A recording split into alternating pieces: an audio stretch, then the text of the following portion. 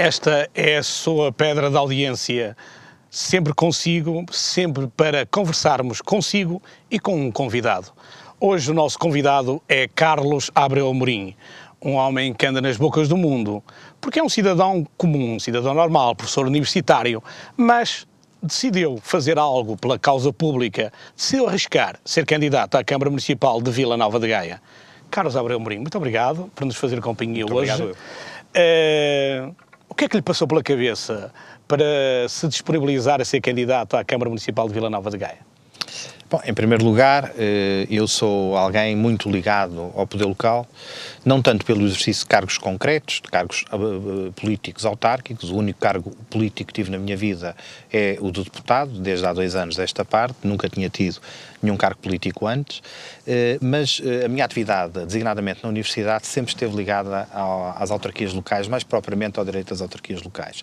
E, portanto, eu tenho esta paixão pela descentralização, pela regionalização, pelo poder local, pela atividade política e jurídica mais próxima das populações, porque considero que é aquela que está mais apta a possibilitar as transformações que são necessárias para a qualidade de vida das pessoas. E, portanto, aliás, o Carlos Abreu Amorim é um especialista em poder local, sim, é talvez dos poucos cidadãos com aptidões acima da média na sequência do mestrado tirado em autarquias locais e o doutoramento também em Direito às Autarquias Locais, e de facto sou também fundador ou cofundador do único mestrado que existe em Portugal em Direito às Autarquias Locais e da única revista científica que existe em Portugal sobre Direito às Autarquias Locais. E, portanto, considero que tenho alguma preparação, digamos assim, o tema não me é estranho, muito pelo contrário. Gaia é o 3º município do país. Gaia é um município que, embora não seja o município de onde eu sou natural e onde resido, já que eu sou natural e resido no Porto, mas é um município, eu outro dia cronometrei e demoro menos de 10 minutos num dia normal, desde a minha casa, a minha residência, até à Câmara Municipal de Gaia. Portanto, eu tanto estou em Gaia como estou no Porto, como tantas outras pessoas, quer de Gaia, quer do Porto, tantos outros cidadãos. E, portanto, para mim, Gaia faz parte, digamos assim, da minha vida, da minha existência, desde sempre. E sendo o 3º município do país, com potencialidades de crescimento absolutamente fantásticas, o concelho mais jovem da área metropolitana do Porto, e, de facto, com uma capacidade, nomeadamente graças às infraestruturas que o Luís Filipe Menezes conseguiu apetrechar esse município nos últimos anos, Gaia é um desafio interessantíssimo. E Gaia estava neste momento a correr um seríssimo risco. Toda a gente sabe que após um período, um ciclo de um líder extremamente carismático como é Luís Filipe Menezes, com certeza que naturalmente, tanto na política como em todas as outras atividades, a seguir um líder carismático, poder-se-ia pensar que iríamos ter um período de algum impasse, e esse impasse tinha que ser evitado. E, de facto, politicamente, não há que o esconder, o PSD e o CDS-PP, já que Gaia tem sido governada e continuará, julgo eu, a ser governada por uma coligação PSD-CDS-PP, embora em termos eleitorais vá muito para além da soma dos 2 partidos que acompanham essa coligação, mas estavam a existir alguns problemas, designadamente no seio do PSD.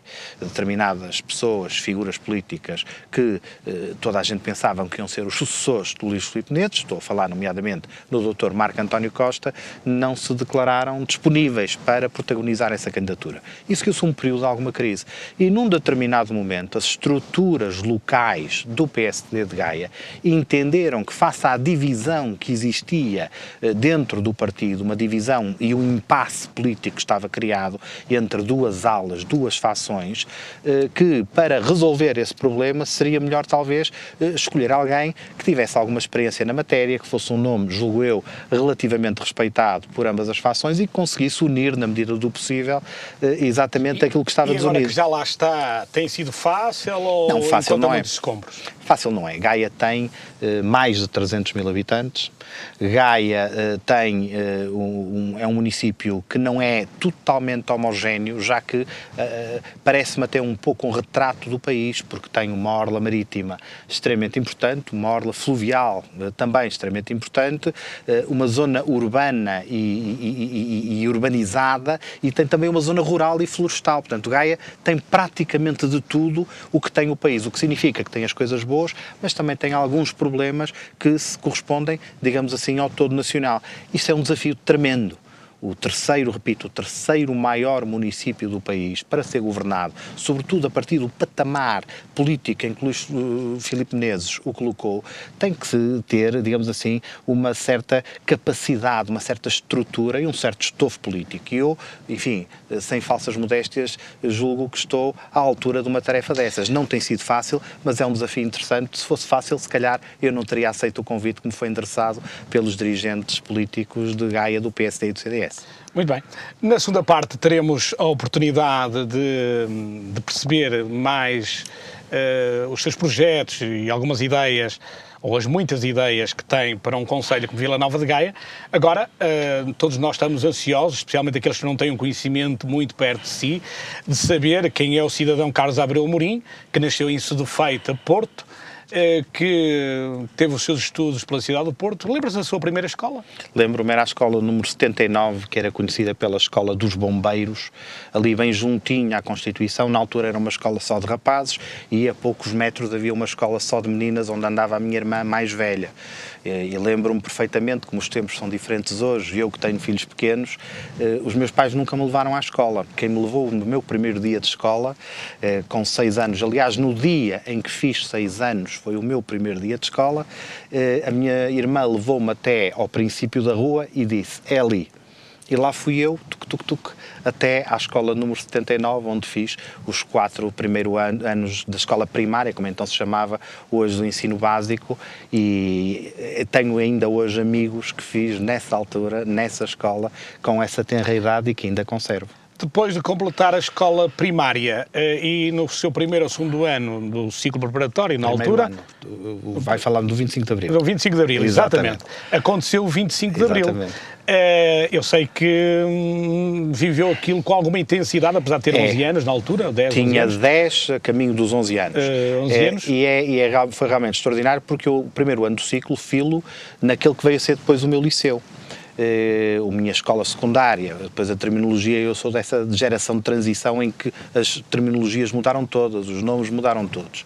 E filo no Dom Manuel, ainda se chamava Liceu Dom Manuel II, primeiro ano do ciclo. Nessa altura o Dom Manuel II tinha ciclo preparatório, que deixou de ter exatamente nesse ano, de 74. E era uma coisa muito engraçada, porque eu tinha 10 anos, mas havia rapazes com 19 anos no liceu, e portanto barbudos, autênticos homens, que para nós, que éramos umas crianças, era uma coisa extraordinária.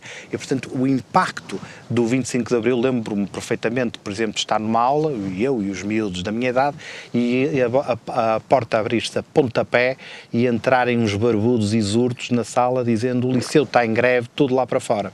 E portanto era uma greve, enfim, imposta, que não deixava de ter a sua piada, mas eu de facto comecei a ter, como muita gente da minha idade, não fui exceção, alguma preparação política nessa altura, porque era uma época muito especial. É preciso lembrarmos o que foram os anos de 74, 75, 76, 77, foram anos em que a discussão política até conseguia superar a discussão sobre futebol. Aliás, houve alturas em que até os estádios de futebol ficaram às moscas e havia queixas das pessoas ligadas ao futebol de que isso acontecia. Só um bocadinho mais para o fim dos anos 70 é que o futebol recuperou toda a sua pujança.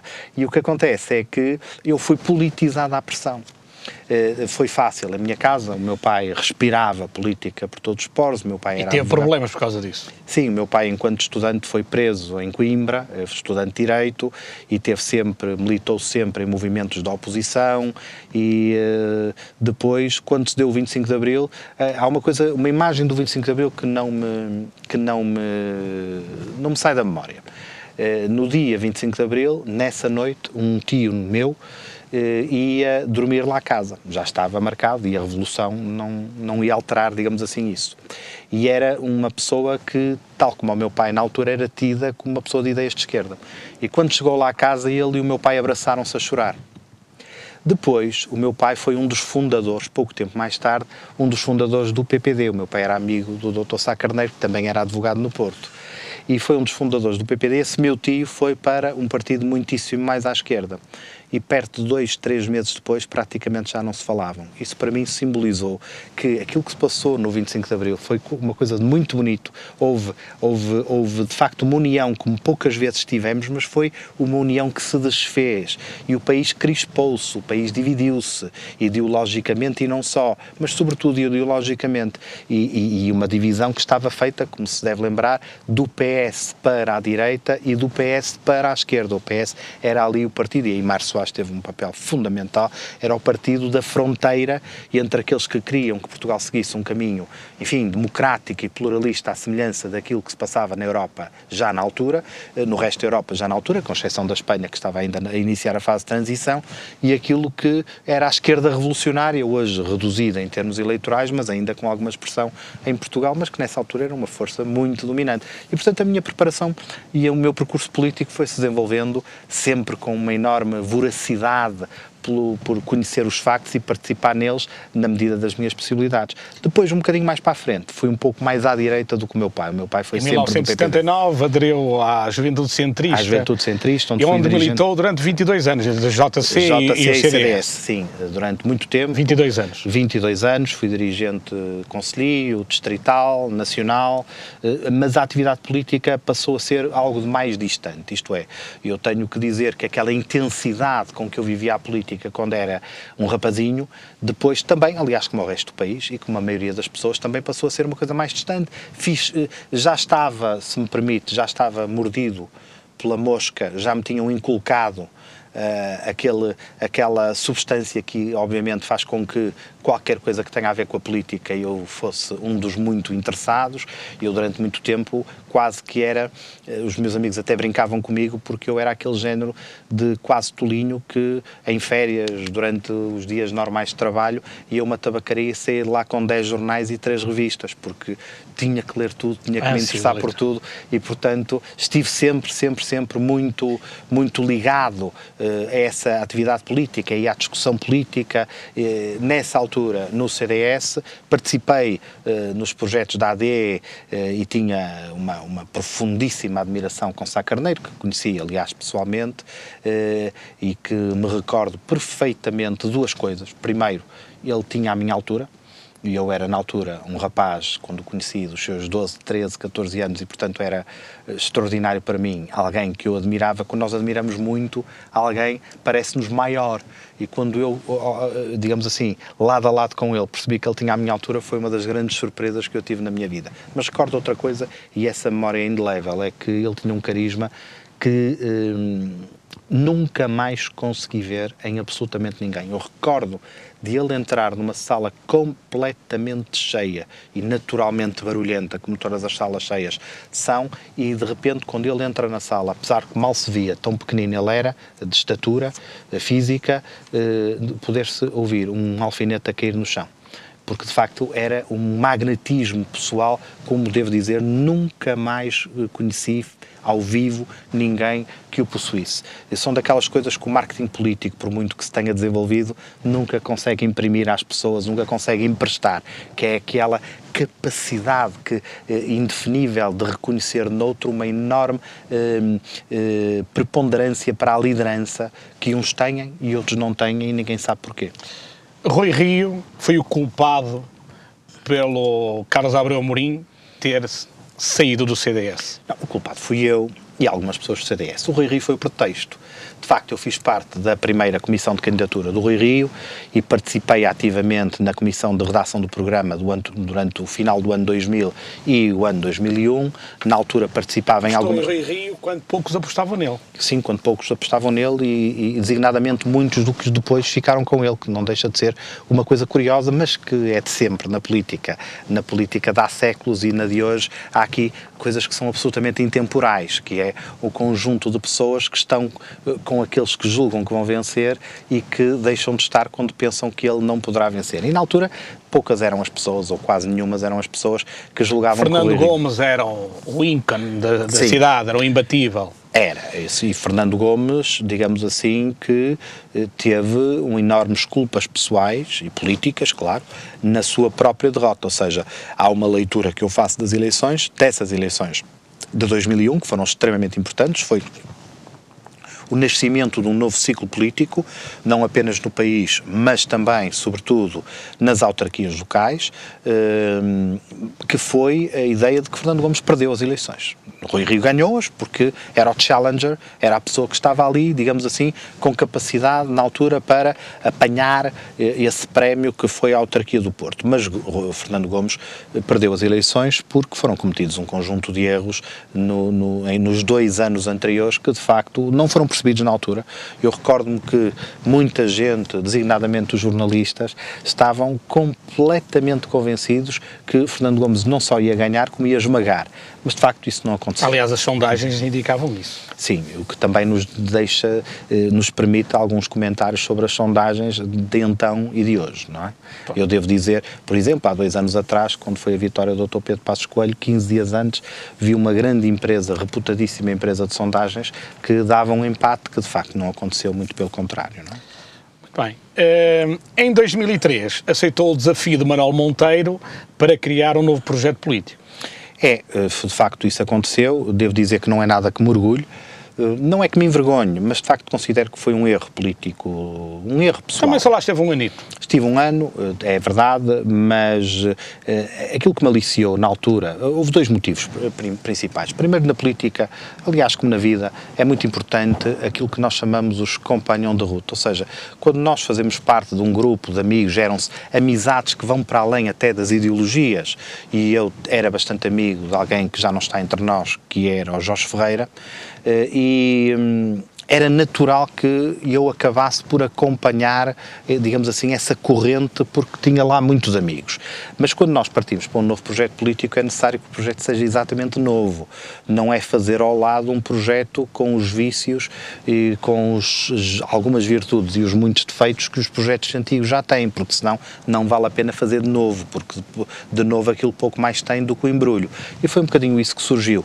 O PND não se soube posicionar, o PND acabou por ter uma atitude política única e exclusivamente contra o CDS e contra o Dr. Paulo Portas, uma atitude política que eu, para simplificar, direi de quase revanchismo, e isso na política nunca colhe nem a médio ou a longo prazo. No curto prazo pode dar, enfim, algumas vantagens, mas é no curtíssimo prazo. E foi isso que aconteceu, e eu desiludi-me rapidamente com o projeto e abandonei, digamos assim, a militância partidária e nunca mais, até hoje, ainda sou independente, nunca mais me filiei em nenhum partido. Mas, passado 4 ou 5 anitos, alguém lhe bate à porta e diz: quero que sejas candidato à Assembleia da República. É verdade, mas entretanto muita coisa se passou. Nesse período eu tive uma colaboração, enfim, bastante permanente com televisões e com jornais. Eu fui colaborador da RTP entre 2005 e 2011, até o momento em que assumi o lugar de deputado. Escrevi com colunas permanentes no Correio da Manhã, no Jornal de Notícias, no Diário de Notícias e na revista que na altura saía com esses 2 últimos jornais, que era a revista Notícias Sábado, que hoje já não existe, e portanto tinha uma colaboração muito permanente na imprensa portuguesa. E portanto as minhas opiniões, além de ter um programa regular, semanal, na RTP-N, hoje RTP Informação. E, portanto, as minhas opiniões eram relativamente ouvidas e foi nesse contexto que eu acabei por conhecer o Dr. Pedro Passos Coelho. Se formou, inclusivamente, uma amizade e uma certa cumplicidade no bom sentido, até que o Dr. Pedro Passos Coelho, aqui no Porto, me convidou para ser deputado, que era algo que eu, confesso, não tinha nos meus planos. É normal dizer-se que nunca pensei em exercer um cargo político, mas de facto eu nunca pensei em exercer um cargo político, primeiro porque não tinha uma boa experiência da militância partidária, designadamente no CDS e a seguir no outro projeto que integrei, e depois porque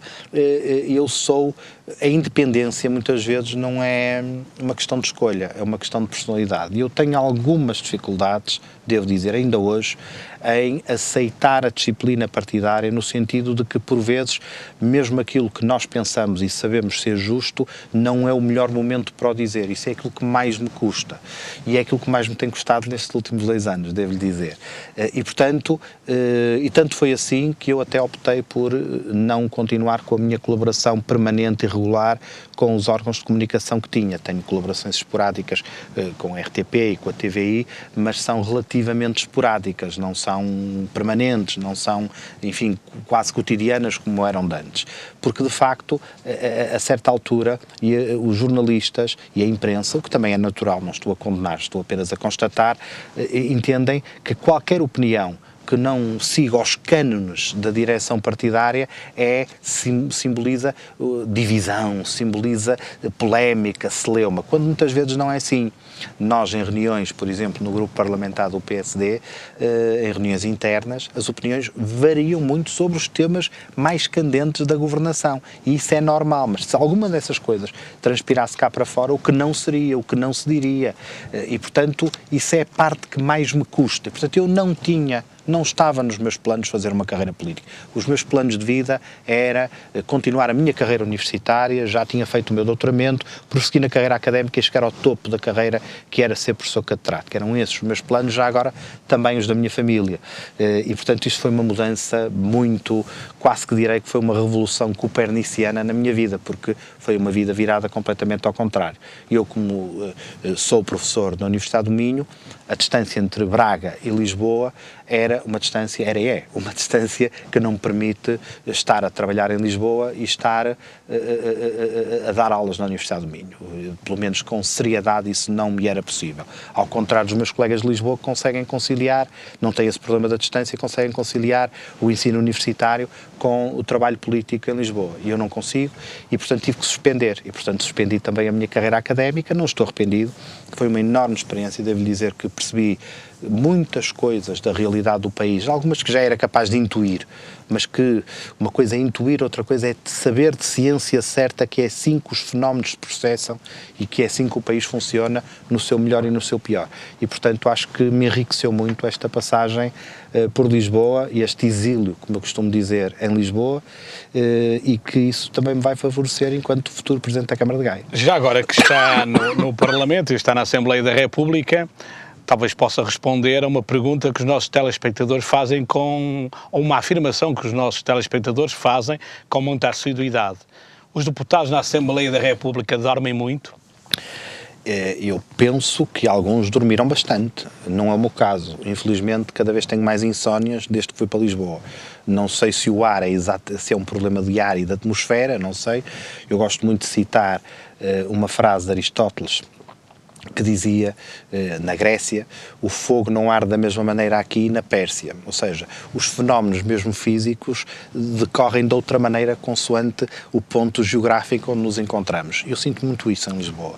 Sinto que muitas vezes coisas que aqui são naturais, em Lisboa, são perfeitamente antinatura. E sinto que há um conjunto de lógicas, isso também tem a ver com o país que somos, que em Lisboa são percebidas de uma forma completamente diferente. Em relação ao sono, propriamente dito, eu percebo como quer dizer, que é a ideia de que os deputados trabalham pouco. Deixe-me dizer-lhe o seguinte, como em todo o grupo, seja em que, digamos assim, que extrato social ou profissional que nós quisermos ir buscar os nossos exemplos, em que peguem 230 homens e mulheres portugueses, há gente boa e que trabalha muito, há gente bastante razoável, de boa vontade, que trabalha o que pode, e há gente que se calhar não tem tantas qualidades e que trabalha o menos possível. Há deputados na Assembleia da República que dão o seu melhor e vão até muito para além daquilo que é exigido e que me merecem todo o respeito. E outros, obviamente, não. Se vamos à questão, que está também subjacente, embora não tenha sido feita, da redução do número de deputados, aí eu não tenho dúvidas. Não tenho dúvidas. Sem necessidade de rever a Constituição, porque a Constituição diz que o número de deputados deve ser entre 180 e 230, e neste momento são 230, é o máximo, nós podíamos reduzir em 50 deputados, isto é, passar para 180, sem necessidade de rever a Constituição com uma mera alteração legislativa, mantendo-se por completo tudo aquilo que tem a ver com o bom funcionamento da Assembleia da República, que é fundamental. bom funcionamento da Assembleia da República, e funcionaria perfeitamente com 180 deputados. Porquê é que isso não é feito? Não é feito porque os dois partidos maiores e que têm maioria qualificada suficiente para fazer essa mudança legislativa, têm, enfim, o PSD assume essa mudança, o PS já assumiu, inclusive ficou famoso ano passado, um episódio em que o Dr. António José Seguro, que é uma espécie de imagem de marca, apareceu de peito feito dizendo que iam apresentar um projeto para reduzir os deputados para 180. E 3 ou 4 dias depois veio o Dr. Carlos Zorrinha dizer que ele tinha sido mal compreendido e que não iam nada. E, portanto, é mais ou menos o espelho daquilo que acontece. O peso dos partidos mais pequenos, designadamente o Bloco de Esquerda e o Partido Comunista, aqui é fundamental, porque eu julgo que eles temem que vir a desaparecer uma reforma dessas. Devo dizer que é um temor que não tem qualquer sentido. Alguém que já não é deputado, infelizmente para todos nós, porque era um enorme deputado, um colega meu de bancada, que neste momento é presidente do Instituto de Ciências Políticas e Sociais, em Lisboa, tem um estudo muitíssimo bem feito sobre a reformulação dos círculos eleitorais e que mantinha matematicamente a proporcionalidade que agora existe entre as várias forças políticas, diminuindo o número de deputados. Mais, a diminuição iria até afetar os dois partidos maiores, que são o PSD e o Partido Socialista, que são aqueles que querem a mudança. E, portanto, esses medos são temores quase que eu direi supersticiosos, mas existem, não é possível vencê-los. E nesta altura de crise, obviamente que esses temas também acabam por não ser muito, como direi, os ventos não sopram muito a favor disso. Exatamente. Vamos para intervalo e convido os telespectadores a ficarem connosco, porque na segunda parte a primeira questão que vamos colocar ao nosso convidado é algo escaldante. Ele que trabalhou com Rui Rio, trabalhou com Pedro Passos Coelho, ou foram pelo menos amigos. A questão é esta: será que Rui Rio deveria ocupar o lugar de Pedro Passos Coelho? Fique para a segunda parte e vamos ver a resposta. Até já.